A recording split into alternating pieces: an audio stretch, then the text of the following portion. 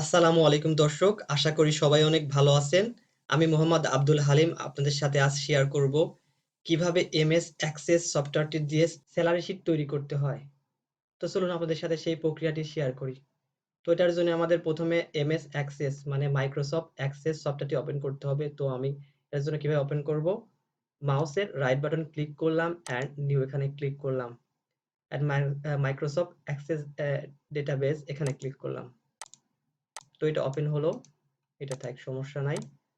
আমি কোনো নাম পরিবর্তন করতেছি না। তো এখানে আমরা ডাবল ক্লিক করব। দেখতে পাচ্ছি মাইক্রোসফট সফটওয়্যারটি ওপেন হয়েছে। তো এখানে আমাদের কি করতে হবে, যেতে হবে ফাইলে অ্যান্ড নিউ, এখানে যেতে হবে অ্যান্ড ব্ল্যাঙ্ক ডাটাবেস। এখন আপনি এখানে একটা নাম দিতে পারেন, যেটা ইচ্ছা, এটাই থাকলেও সমস্যা নাই। অ্যান্ড ক্রিয়েট, এখানে ক্লিক করতে হবে। তো ক্লিক করলে এরকম আমরা নতুন এক ধরনের ইন্টারফেস দেখতে পাবো। তো এখন আমাদের কি করতে হবে, ডাটা এন্ট্রি করার জন্য আমরা এখানে ভিউ আছে, এখানে ক্লিক করলাম অ্যান্ড টেবিল 1, এখানে যেটা আছে আপনাদের ইচ্ছা মতো নাম চেঞ্জ করতে পারেন, হয়তো বা না করলেও সমস্যা নাই, আমি এটাই রাখতেছি। বা শীট নামে বা যে কোনো একটা টেবিল, যেটা ইচ্ছা সেটা ইচ্ছা আপনারা সেভ করতে পারেন। তো ওকে তে দিলাম। এখন আইডি আমরা দেখছি ফিল্ড নেমের এখানে প্রথমে আসছে আইডি। তো আইডিতে এখানে আমরা দেখতে পাচ্ছি ডাটা টাইপ, এখানে অটোমেটিক্যালি ভাবে অটো নাম্বার সিলেক্ট করা আছে। তো আইডিতে যখন আমরা করব, তখন আমাদের ওয়াইজ সিরিয়াল অনুযায়ী একটা নাম আসবে, 1 2 3 নাম্বার আসবে, 1 2 3 4 5 6 7। যদি অটো নাম্বার সিলেক্ট করা থাকে তাহলে আমাদের আর ম্যানুয়ালি লিখতে হবে না যে 1 2 3, এটা অটো ভাবে হয়ে যাবে। তো পরের ঘরে আমরা এখন ডাটা এন্ট্রি করার চেষ্টা করব। পরের ঘরে আমাদের কি দিতে হবে, নেম। তো আমি এখানে নেম দিচ্ছি, নেম। তো নাম তাহলে আমরা কি ধরনের ডাটা দিব, তো নামের জন্য কি করতে হবে, শর্ট টেক্সট আমাদের কাছে অটো ডিফল্ট ভাবে সিলেক্ট করা আছে। তো আমরা শর্ট টেক্সট লিখতে পারতেছি, শর্ট টেক্সট এখানে দিব। বাট এখানে তো লং টেক্সটও ইউজ করা যায়, বাট না, যখন আমরা ছোট কোনো নামের বিষয়ে করব তখন আমাদের এইটা শর্ট টেক্সট ব্যবহার করতে হয়। বাট যখন আমাদের নামগুলো অনেক বড় হবে বা বিভিন্ন জায়গার নাম, একটা অ্যাড্রেস লেখার জন্য, তখন আমরা লং টেক্সট ব্যবহার করব। আশা করি বুঝতে পারছেন। এখন আমি নিচের ঘরে আসলাম, নেম। এখন আমরা এটা কি করব, হোম ডিস্ট্রিক্ট দেব, হোম ডিস্ট্রিক্ট। তো হোম ডিস্ট্রিক্ট যেহেতু এটা একটা নাম, তো আপনারা এটাকে শর্ট টেক্সটও রাখতে পারেন বা লং টেক্সটও রাখতে পারেন। বাট আমি একটা এখানেই করব যে লুক আপ উইজার্ড, এখানে একটা অপশন দেখতে পাচ্ছি, আমি এটা সিলেক্ট করব। কারণ আমার মনে হচ্ছে যে এইখানে আমাদের 3টা জেলার লোক শুধুমাত্র আছে। তো আমি এই জন্য আমাদের 3টা জেলা আমি সিলেক্ট করে দেবো। যখনই আমি ওইখানে 3টা জেলার প্রথম অক্ষর লিখবো তখনই ওইটা ওইখানে শো করবে। তো এখানে যেহেতু আমি প্রথমে পাবনা দিব, পাবনা, দ্বিতীয় রাজশাহী অ্যান্ড নাটোর দিলাম। আমার 3টা জেলার লোক আমাদের এখানে অবস্থান করবে, অ্যান্ড নেক্সট অ্যান্ড ফিনিশ। ওকে, এখানে আমাদের স্যালারি, বেসিক যে স্যালারি আছে, আগে স্যালারিটা উল্লেখ করতে হবে। তো আমরা বেসিক লিখতেছি, বেসিক স্যালারি। যেহেতু এটা স্যালারি সাধারণত কি হয়, টাকাতে হয়, তো টাকাতে যখন হয় তখন আমরা এটাকে দিব কারেন্সি। তো কারেন্সি দিলাম। তো এখন আমরা এইচআর মানে হোম রেন্ট, এইচআর সিলেক্ট করব। এইচআর কয় পার্সেন্ট, 10%। তো এইচআর 10% হয়েছে। তো এখন আমরা এটা ব্যবহার করব ক্যালকুলেটরে, একটা সূত্র ব্যবহার করব, equal to and first bracket. এটা আমরা কিসের উপর করব, যেহেতু আমাদের বেসিকের উপর এইচআর মানে হোম রেন্ট 10%, এর জন্য আমরা আগে বেসিক কথাটি উল্লেখ করব, BA SIC and third bracket close করব। তাহলে এটা আমরা কি করব, ইনটু, এখন আমাদের যেহেতু এটা কয় পার্সেন্টের কারণে 10%, তো আমরা ইনটু ইউজ করতেছি। এন্ড এটা 10% আছে, তাহলে 0.1। তো আমরা 0.1 মানে কি, 10%। এটা যদি আমরা এমএস অ্যাক্সেসে সরি এক্সেলে করতাম তাহলে আমাদের সরাসরি আমরা 10% ইউজ করতে পারতাম, বাট এটা করা সম্ভব না। এন্ড এটার জন্য এটা করার পর 1%, 0.1% এন্ড ওকে। এন্ড আবার নিচে আমরা কি করব, আবার একটা দিচ্ছি, প্রভিডেন্ট ফান্ড। তো এখন আমরা প্রভিডেন্ট ফান্ড এখানে ইউজ করব। তো প্রভিডেন্ট ফান্ড পুরো লিখবো না, আমরা পিএফ দিয়েই করব, পি তে প্রভিডেন্ট, এফ তে ফান্ড। প্রভিডেন্ট ফান্ড এখন আমরা আমাদের ইচ্ছা মতো আপনারা ইচ্ছা করতে পারেন। তো আমি এখানে 10%, এটাও 10% দিচ্ছি। 10% সিলেক্ট করলাম।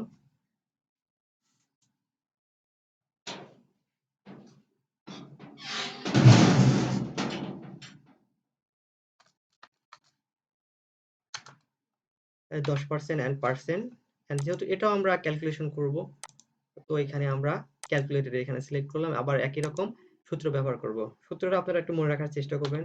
Equal to and third bracket, এটাও করব বেসিকের উপর, BASIC, and third bracket close and into 5%। আবার আমরা যেহেতু এটা 10% এই জন্য 0.1 আর 1 একই জিনিস, and ওকে। এখন আমাদের আরেকটা বিষয় করব আমরা, সেটা এটা আমাদের বোনাস আর কি, যেটা বোনাস হবে, যে বোনাস কয় পার্সেন্ট দেয়। একটা কোম্পানিতে চাকরি করলে আমাদের বোনাস দেয়, বোনাস। তো বোনাস তো আমাদের এটা বোনাস দিল 30%।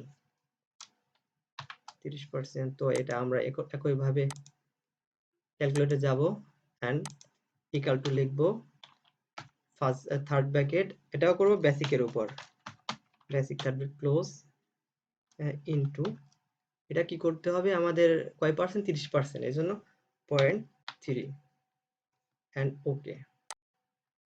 এখন আমাদের টোটাল, তো টোটাল এখন আমরা লিখব টোটাল আমাদের কত হবে। তো এটার জন্য যেহেতু এটাও আমাদের কি করতে হবে, যেহেতু এটা ক্যালকুলেশনের বিষয়, যেহেতু সব প্লাস মাইনাস করতে হবে, এই জন্য ক্যালকুলেটর দিলাম। তো এখন দেখতে পাচ্ছি আমরা তিনটা, একটা বেসিক, এইচআর, চারটা হচ্ছে এখানে বেসিক আছে, এইচআর আছে, পিএফএস আছে এবং বোনাস আছে। এই চারটা আমাদের ক্যালকুলেশনের বিষয় আছে। তো যেহেতু আমরা এটাই করতেছি টোটাল, তো এই জন্য আমরা সবকিছু যোগ করতে হবে, বিয়োগ করতে হবে। একটা সূত্র আছে বন্ধুরা, এটা খুব ভালোভাবে মনে রাখার চেষ্টা করবেন।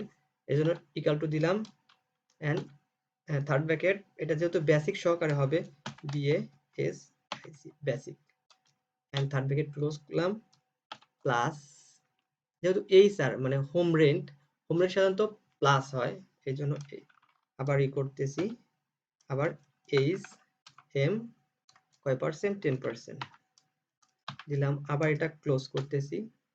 এখন basic, home rent and bonus, bonus আমরা বোনাসের জন্য যেহেতু বোনাসটা আমাদের যোগ হয়, তো এটার জন্য আমরা এটা আবার প্লাস দিচ্ছি and first bracket, sorry third bracket, আর এটা বোনাসটা আমরা উল্লেখ করতেছি, বোনাস 30%, সরি একটা মিস্টেক হয়েছে, বোনাস কয় percent, 30%, and again third bracket close.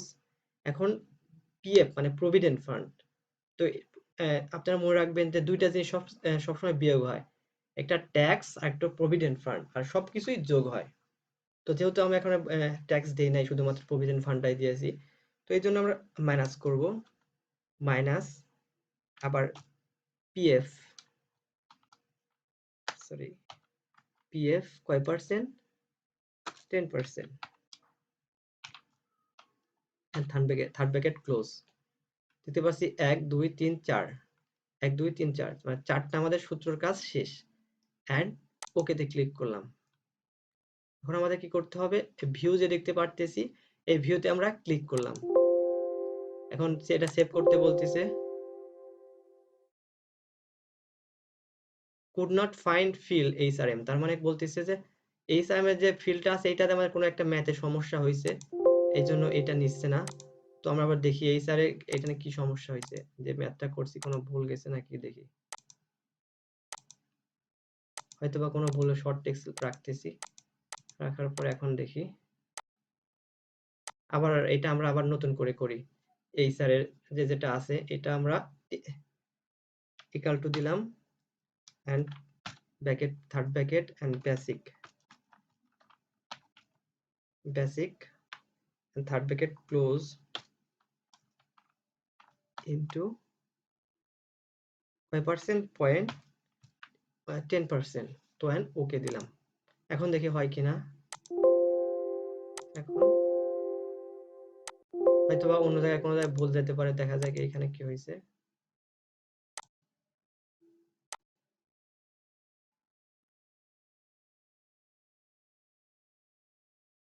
এটা আমি আবার ভাবে সূত্র করতেছি, হয়তো বা আমার ভুল হয়েছে বা কোনো একটা মিস্টেক হয়েছে।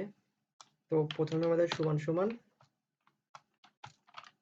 Basic bracket close plus plus HR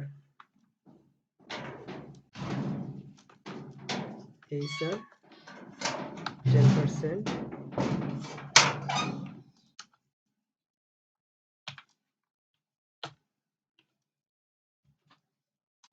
plus bonus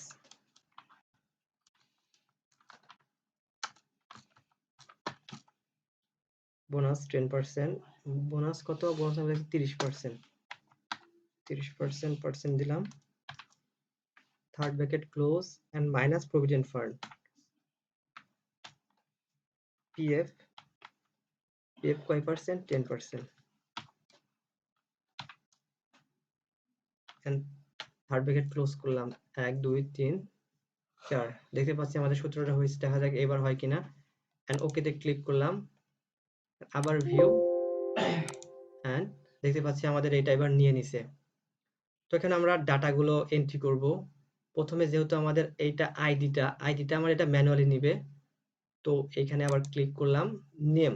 এখন আপনাদের ইচ্ছা মতো নাম দিবেন। তো আমি এখানে 5টা নাম আর কি দিচ্ছি। তো 5টা নাম,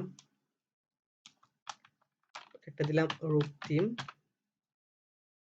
দেখেন ওটা দিলাম তুহিন, ওটা দিলাম হাসান, ওই কেজির নাম দাও আসিয়া, আর একটা দিলাম আসিয়া। নো, আসিয়া দিব না, অন্য একটা নাম দিচ্ছি।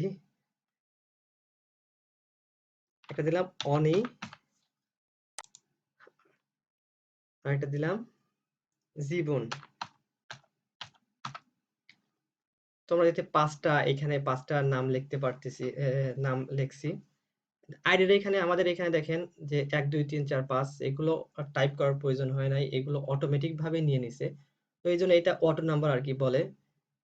তো এটাকে আপনি ইচ্ছা করলে, এটা পরে দেখাচ্ছি আমি। হোম ডিস্ট্রিক্ট দেখেন, হোম ডিস্ট্রিক্টে আমরা 3টা ডিস্ট্রিক্টের নাম লিখছি, নাটোর, রাজশাহী, পাবনা।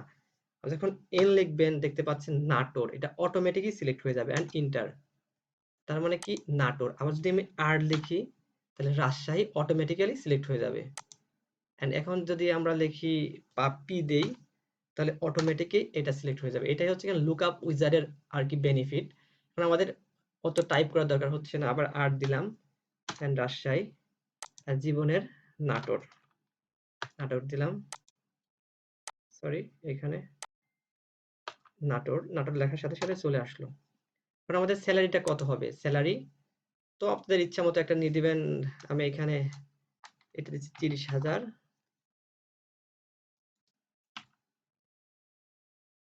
30,000, এটা দিচ্ছি 20,000।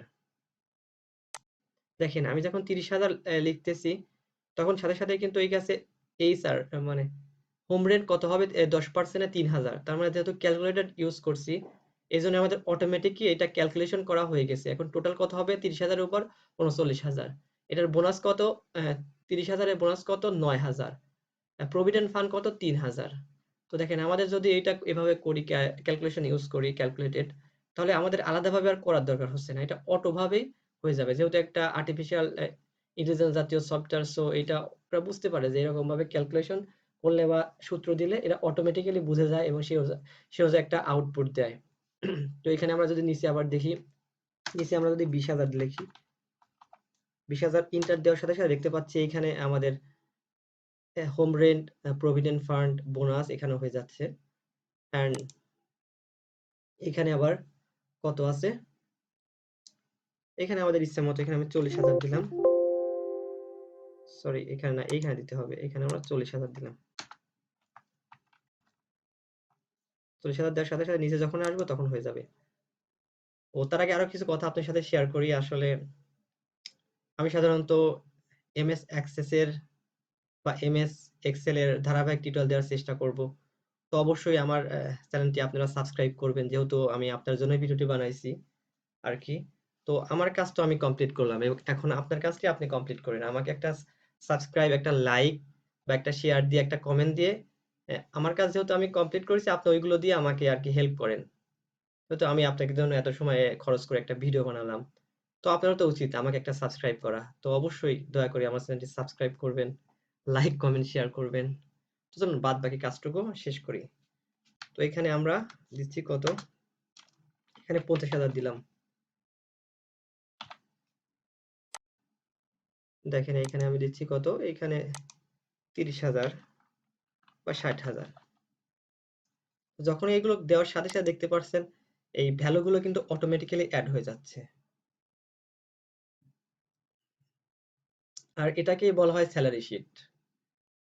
সেলারি শিট এখন দেখতে পাচ্ছি এটা আরো যদি আমি আপনাকে সাজাতে চান বিভিন্নভাবে এটা সাজানো যায়। যদি অ্যালাইন করতে চান দেখেন এইখানে হোম ডিস্ট্রিক্ট এর এখানে এটা একটু জায়গা বেশি নিছে। তো দেখেন এখানে যদি আপনার এরকম যখনই চিহ্ন আসবে মাউস নিয়ে ডাবল ক্লিক করবেন দেখেন এটা যতটুকু জায়গার দরকার ততটুকু জায়গা নিয়ে নেবে। তো এখন এটা যদি আপনি মাঝখানে নিতে চান এখানে দেখতে পাচ্ছেন অ্যালাইনের যে এখানে এটা আছে সেন্টার ইওর কন্টেন্ট এখানে ক্লিক করলেই এটা মাঝখানে চলে যাবে। এটা যদি আপনি এখানে যদি এরকম করতে চান এটা মাঝখানে চলে যাবে। আর এভাবেই সাধারণত সেলারি শিট তৈরি করতে হয়। তো পরবর্তীতে আপনাদের সাথে টেবিল কিভাবে করতে হয়, প্লাস কোয়েরি কিভাবে করতে হয়, ফর্ম কিভাবে করতে হয় এগুলো যদি দেখতে চান তাহলে অবশ্যই আমার চ্যানেল সাবস্ক্রাইব করেন। কারণ আপনার সাবস্ক্রাইবই আমার চ্যানেলকে সামনের দিকে এগিয়ে নিতে অনুপ্রেরণা জাগাবে। আশা করি ভালো থাকবেন। আল্লাহ হাফেজ।